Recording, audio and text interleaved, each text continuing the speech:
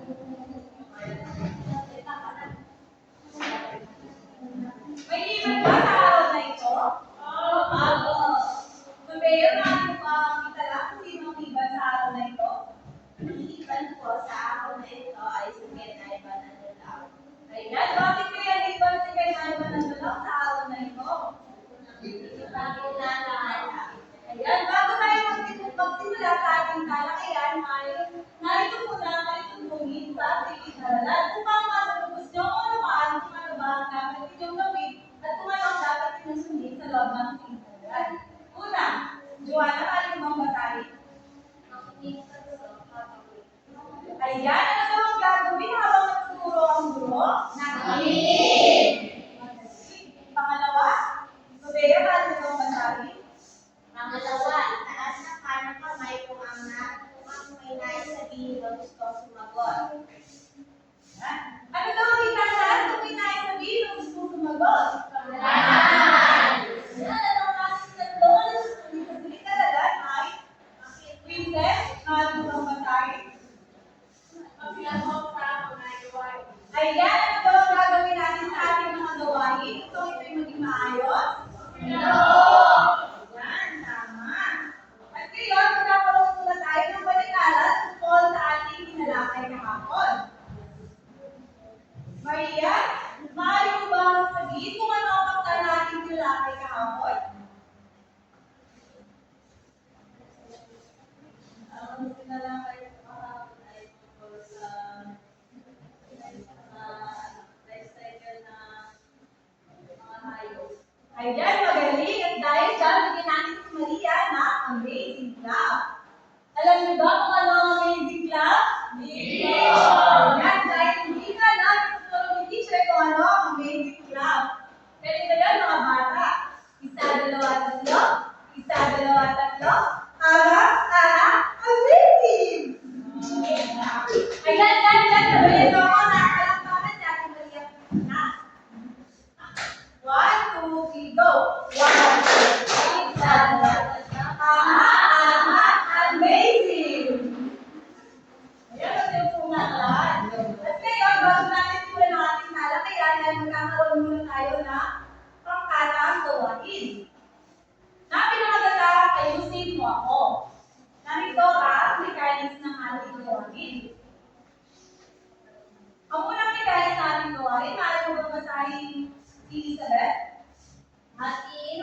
ang klase sa dalawang pangkat.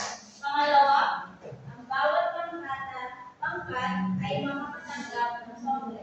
Ayusin ang pangalan ng pulong salita. At panghuli, mayroon lamang na 3 minuto para sa gawain. Yan. Maaari ka bang pumilaw? Joy Joy? 1, 2, Isa. dalawa, isa, dalawa.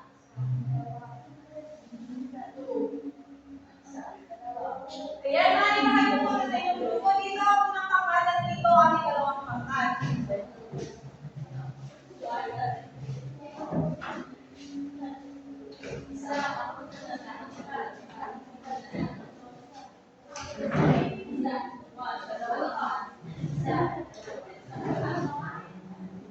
Kaya kung nandito ang representative ng bawat pangkat, kung makulit sa akin ang software,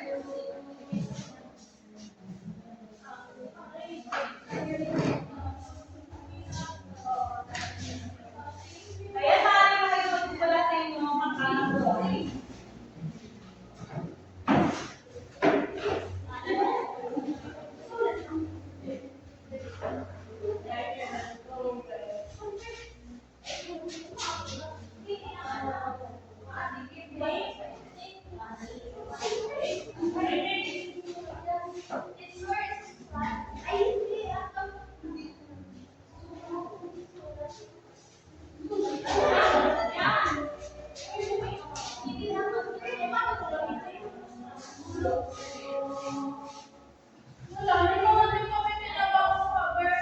Mga bata, maaari bang tahimik? Dahil hindi naman ginagawa natin eh, kasi yung pangkatagawain, yan ay ginagamitan ng talas na isipan.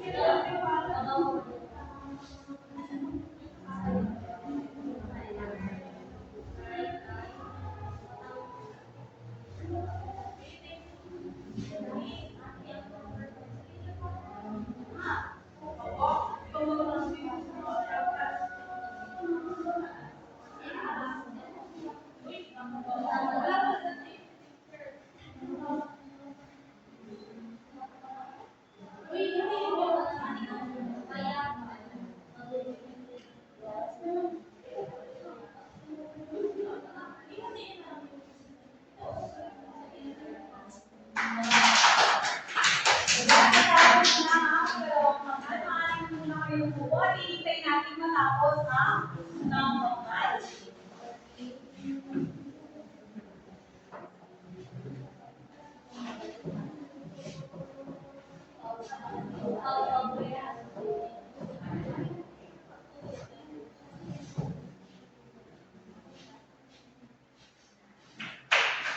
Kaya tapos na rin ang unang pangkat, maaari na kayong buhat, magsisimula tayo sa pagpresenta ng inyong mga ginawa.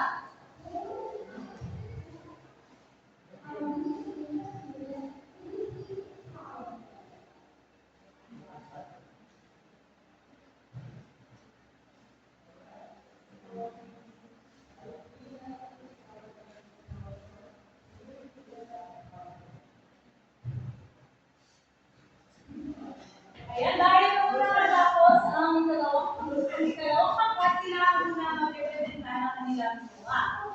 Ngunit, nais ko na pumunta sa unahan ang lahat ng miyembro ng pangkat upang isa-isang masahin kung ano ang mga salita sa kanila na buo sa kanilang ginawang working. So, wala mga isa. Ito ang mga naging ang una ay ang gulong letter. So, ang napo namin ay mahirap at mayaman. Ang pangalawa ay maputi at mainit. Ang pangatlo ay maganda at maliit. Ang pang-apat ay magaling at kaya kung may araw yan, daanan niyo po natin sa buhay. Sunod. Ang lima po ay masaya at malungkot. Ang panghuli po ay mabaho at mabaho. Ayan, nahin na kayo po. Bigyan natin ng dalawang pangkat na mahusay daw. Kasi tayo yan, bigyan natin ng mahusay daw.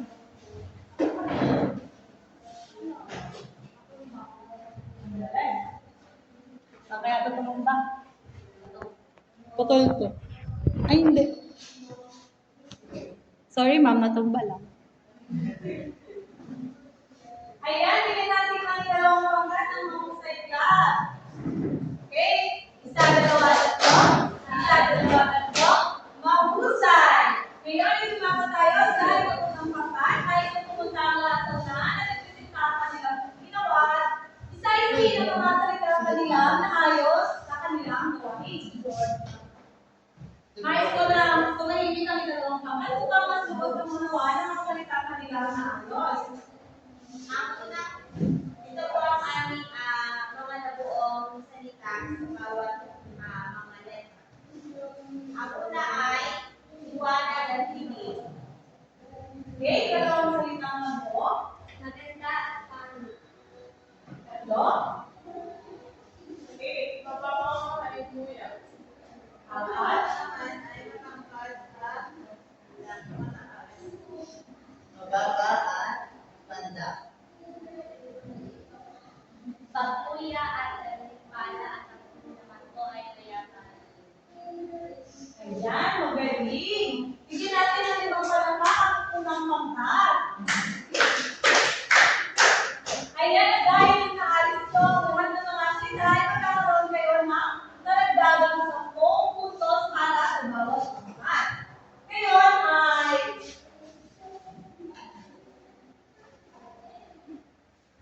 base sa ating ginawang gawain o aktibidad, ano kaya sa tingin ninyo ang ating tatalakayin sa araw na ito? Joanna? Bago sa aktibidad na araw ito ay sino ko at butika na nakain ay patungkol sa mga salita ng pagkasunugan at pagkasalamat. Ayan, tama, magaling. Ang ating tatalakayin ito ay tungkol sa magkasingkong lugar at magkasalungan. Mirel, ano naman sa tingin mo ang ating tatalakayin base sa ating ginawang aktibidad? Bago po sa ating mga ako ay pagkatunan ng ay pagkatunan ng maaari ay sa mga salita ng pagkatunan at pagkasalamat ako. Ayan, tama. Ang ating tatalakayin sa araw na ito ay tungkol sa mga salitang magkasintong lugar at magkasalamat. Ngunit bago tayo dumako sa ating talakayan, ay narito ang layunin na naknapa natin makamit pagkatapos ng ating talakayan. Maaari bang pakibasa ng lahat ang ating layunin sa araw na ito? Layunin. Makikilala ang kahulugan ng kasiguraduhan at kasalungan. Pangalawa, Pagkatiwala ang kahulugan ng magbibigay kahulugan sa pamamagitan ng kasiguraduhan at kasalungan ng salita. Naisulat ang kasiguraduhan at kasalungan ng kaugnayan ng salita. ayan, magaling. Nais ko na makamit natin ang ating mga layunin pagkatapos ng ating natin. Ngunit bago tayo magsimula sa ating talakayan, ay nais ko munang magtanong tungkol sa inyong sariling ideya o opinion tungkol sa ating tatalakayin. Jenny Joy, maaari mo bang sabihin kung ano sa iyong ideya o sariling opinion kung ano ang ibig sabihin na mga salita ng mga kasing mahulugan? Ang magkasipit kahulugan ay para sa akin, ito ay parehas ang kahulugan ng bawat salita. Yan, magaling.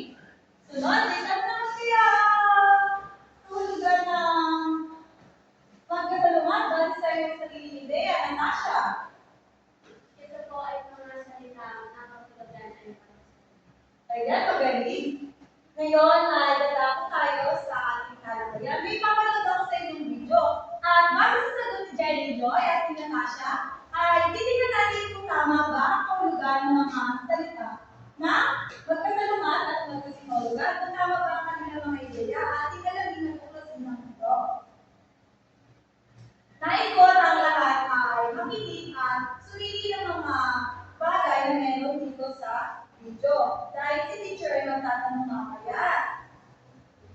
Kaya kayo ay makikinig sa video.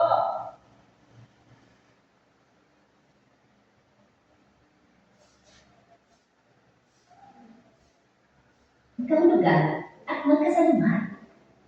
Ano nga ba ang magkasing kahulugan? Ang mga salitang magkasing kahulugan ay tinatawag na synonyms sa wikang Ingles. Ito ay ang mga salita na magkapareho o magkatulad ang kahulugan. Narito ang ilang mga halimbawa ng mga salitang magkasing kahulugan.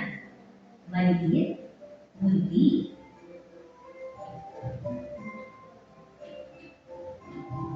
Maganda, malikit. Mabango, mahalimuya.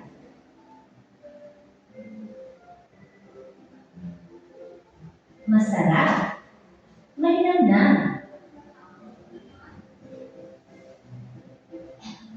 Masaya, maligaya. Mahirap, maranta.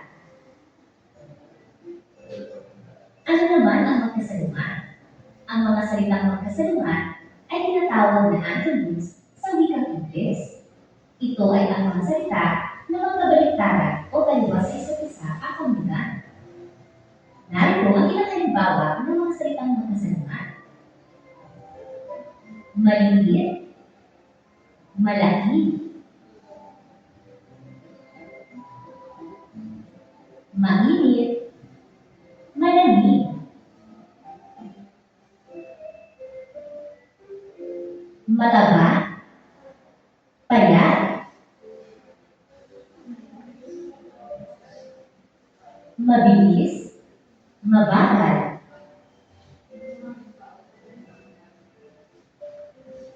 Masaya, malungkot. Naunawaan mo ba mga bata? Kung ganun, mag-thumbs up kung ang pares ng salita ay magkasing kahulugan. At thumbs down kung ito ay magkasalungat.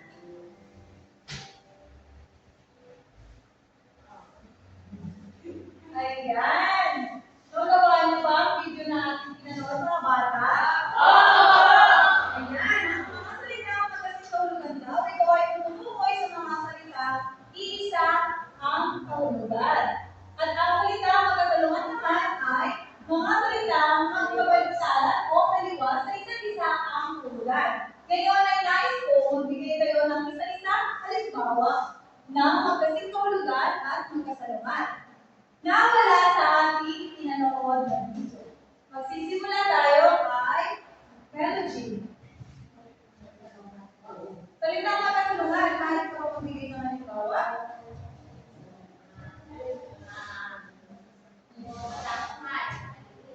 Yan, tama. Sunod. Edwin. Magkasalungat ang mga salita. Malayo na lang. Tama. Ngayon ay mga salita ang magkasing kahulugan. Maria.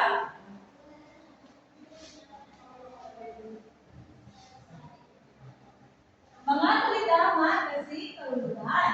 Magbigay ka ng halimbawa na hindi mo nakita sa ating video.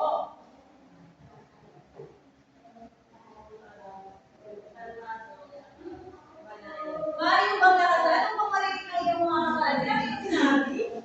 Kalmado at manayo. Tama. Sunod, Natasha, maaari ka ba magbigay ng mga salitang magkasalungat? Madumi at Tama. Madumi ang malinis. Ito ay isang halimbawa ng salitang magkasalungat. Sunod, Princess. Maaari mo ba ang gamitin ang salitang maganda at maligid sa isang pangungusap? si teacher po ay magagawa. Si teacher po ay maganda at malapit.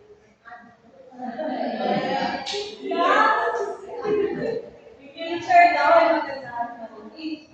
Sunod, Mialet, maaari ka ba magbigay ng mga salita magkasalungat at ito ay iyong pagiging sa isang pag-uusap?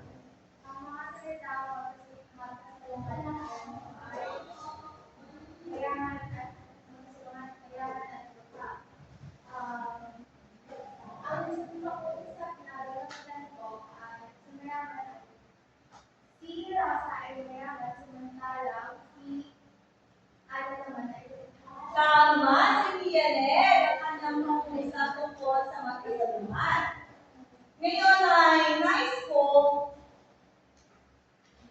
magbigay kayo ng mga salita at ito ay iyong gamitin sa pangungusap ulit. Joanna, mga salita magkasing kahulugan.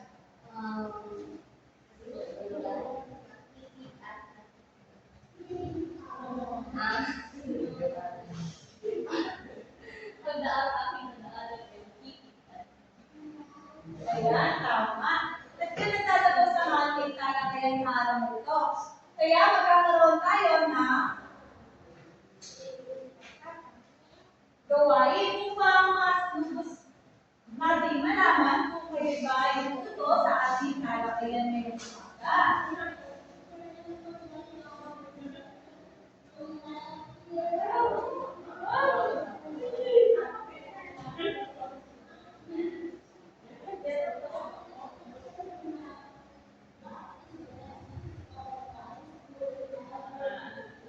Ngayon ay magtatawag ako at pupunta dito sa unahan, isa-isa at tutunuin kung ito ang pagkakalit ng mga salita ang magkasalungat. Kaya magdadala kayo ng ballpen dito sa unahan at pagkakalit nyo sa unang hanay at sa ikalawang hanay ang mga salita ang magkasalungat. At kapag nasagot nyo ng tama ito ay magkakaroon kayo na gantimpala. Halimbawa na lang, nasagot ko itong number 1. At tamang yung sagot, kaya ito ay mapapos sa inyo. Si teacher ay magtatawag ha. Okay, ang una ay si Mianel.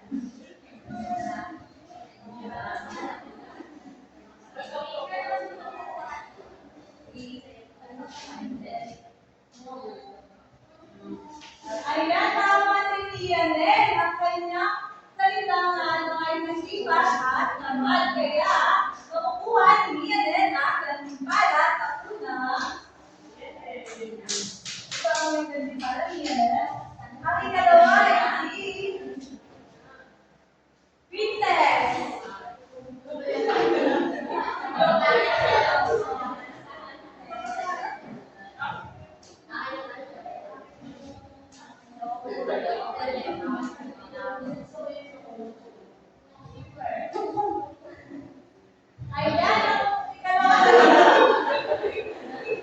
Ayan, ang ikalawang salita ay payapa. Kaya ang kasalungat ng salita payapa ay magulo. Kaya tama ang sagot ni Princess. Magkakaroon si Princess na gantimpala. Ang ikatlo ay si Maria Cristina.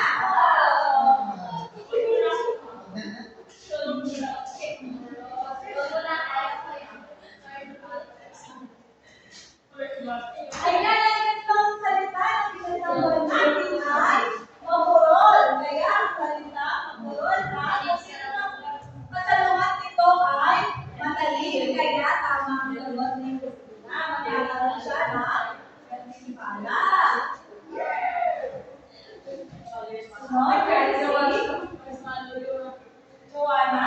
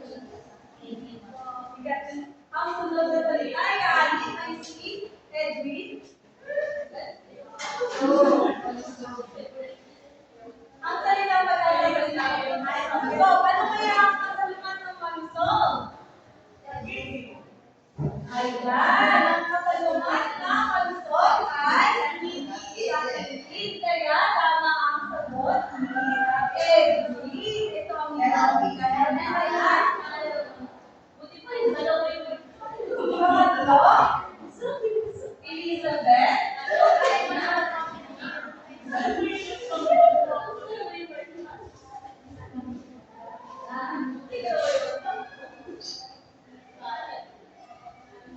Yan. Balik.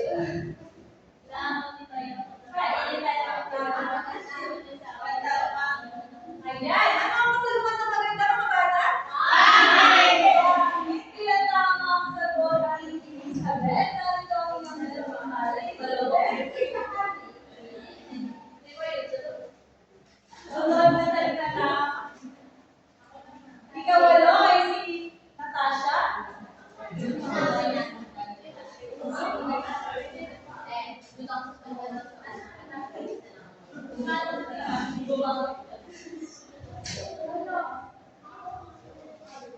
Ayan. Ang salitang pinagtambay ni Natasha ay mayaman at mahirap. Paano ko yan sagutin Natasha, mga bata? Tama, kaya magkakaroon siya ng ganun pala. At ang ikasyam na salita na magtatambay niya ay si Princess of Magtatambay.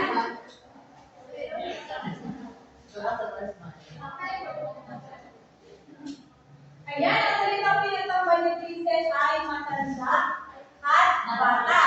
Tama kaya ito, Tabea? Ayan, tama. Kaya si Princess ay may bantil pala. At ang ikasampu naman ay si Abigail.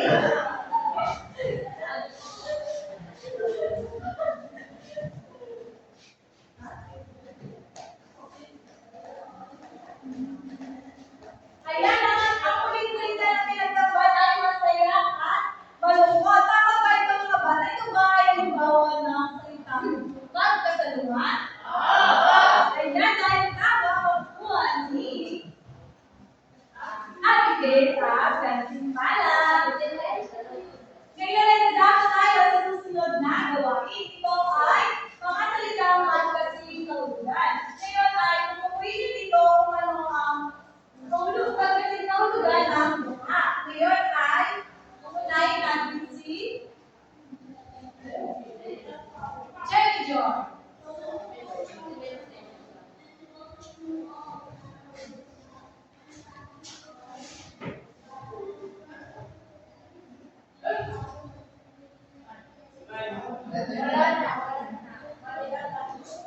Ayan, ang kanyang salita.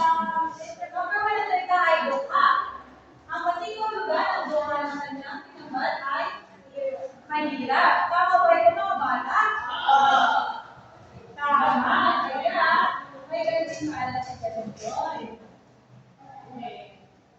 Sunod ay si Melody.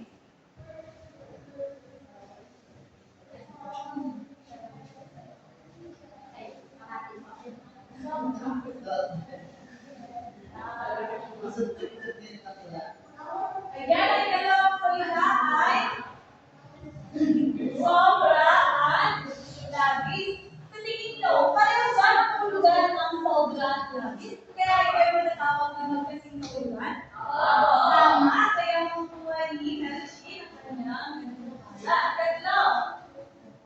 Edwin.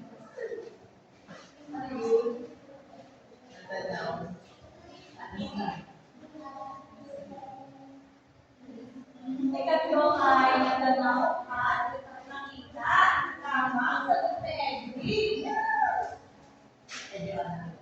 Ika-apat. Luana.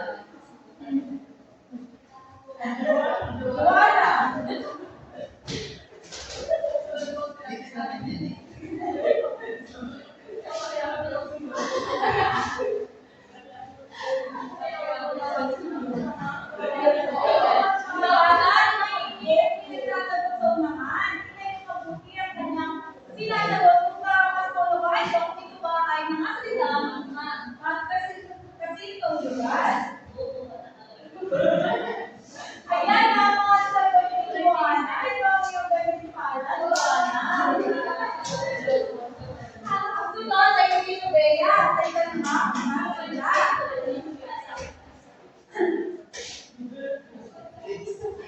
wala.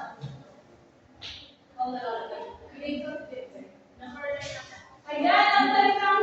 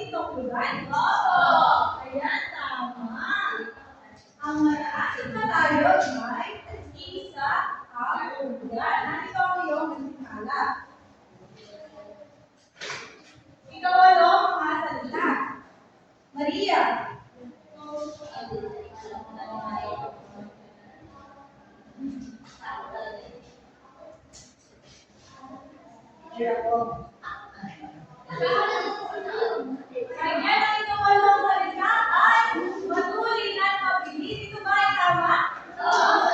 Ayan, tama. Matulin at mabilis sa isang nakahulugan. Kaya, makuha ni Maria ang kanyang kanyang. Ayan, inaabangan ang lahat. Kapag isang mga salita na ikaw premyo. Ang ito, kaya ako sa imasyong ay si Mianes.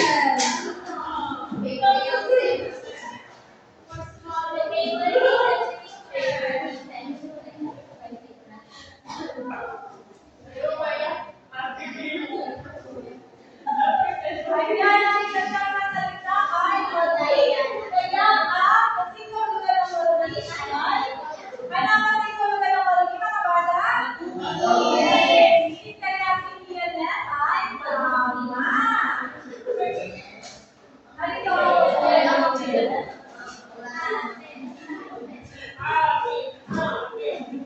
Ayan ang tayo sa ikasampung mga salita. Ang sasagot ay si Abigail.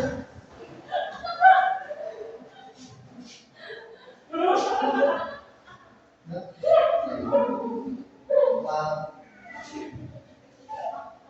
Ayan ang ikasampung salita ay tumuli. Kaya itinanggal ni Abigail ay salitang problema. Ito ba ay magkasing tunggal? Tama, dahil tama si Abigail. Narito ang kanyang pagbuya. Ayan, dyan na natapos ang ating gawain. Nag-enjoy ba kayo, mga bata? Ayan, nag-enjoy ang lahat. Kaya magkakaroon tayo na may pagsusulit upang matukoy ko kung kayo ba talaga ay natuto sa ating ginawa talakayan.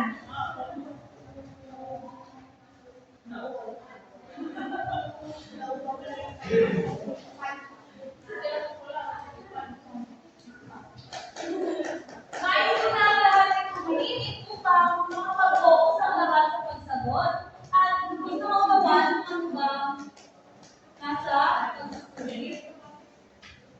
May sesto, mamaya ang sesto sa managinip.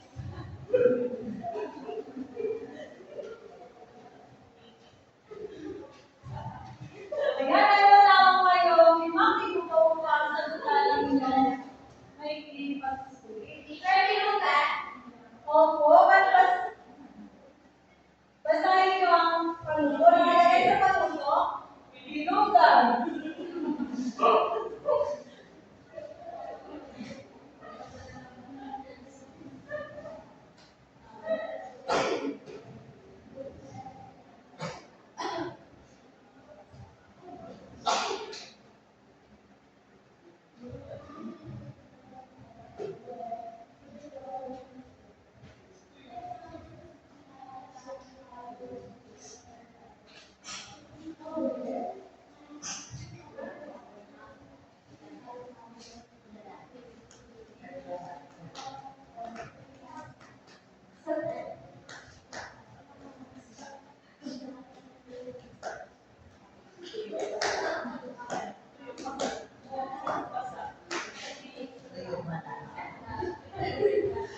Ayan, tapos na ba, mga bata?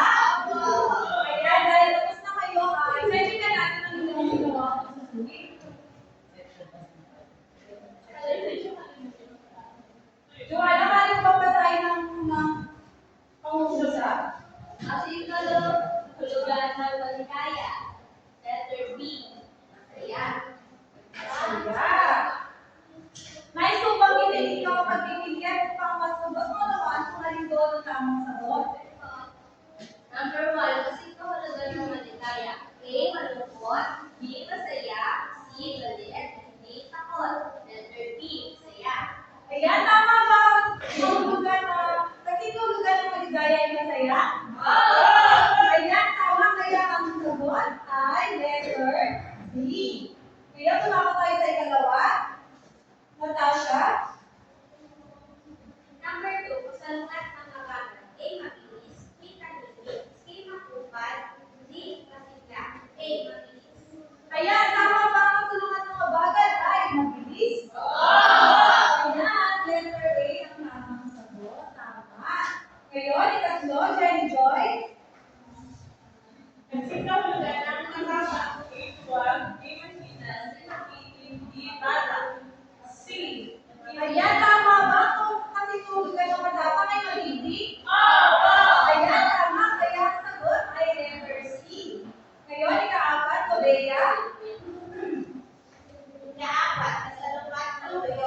sariwa, di malasa, C. Basag. D. Malamig.